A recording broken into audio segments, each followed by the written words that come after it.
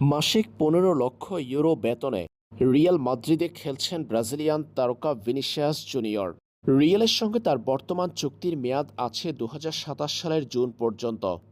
এরপর free agent হয়ে যাবেন ব্রাজিলিয়ান এই তারকা। এর আগে রিয়াল মাদ্রিদ নতুন চুক্তির কথা অনেকদিন ধরে বললেও বেতন বাড়ানো ইস্যুতে শেষ পর্যন্ত ভিনিসিয়াসের আর সেই চুক্তিতে সই করা হয়নি। এবার জানা গেছে রিয়াল মাদ্রিদ নাকি ভিনির সঙ্গে চুক্তি নবায়নের বিষয়টি স্থগিত করে ফেলেছে।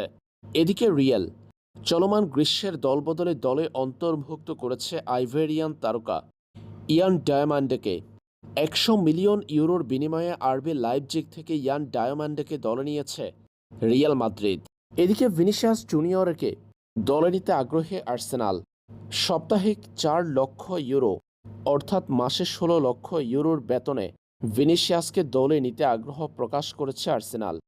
আর সেজন্য ভিনির সঙ্গে চুক্তি নবায়নের বিষয়টি স্থগিত করেছে রিয়াল মাদ্রিদ। এবং রিয়াল এর মাঝেই আইভেরিয়ান তারকা ইয়ান ডায়ামান্ডেকে দলে নিয়ে রিয়ালের সঙ্গে ভিনির সম্পর্ক ছিন্নের ইঙ্গিত দিয়েছে। তবে রিয়াল মাদ্রিদ ভিনিসিয়াস জুনিয়রের জন্য ১৬০ মিলিয়ন ইউরো দাবি করছে, যা আর্সেনালের জন্য বড় অঙ্কের অর্থ বটে। তবে আর্সেনাল জানিয়েছে ক্লাবের ইতিহাসের সর্বোচ্চ দামি ফুটবলার হিসেবে ভিনিসিয়াস জুনিয়রকে দলে নিতে আগ্রহী তারা।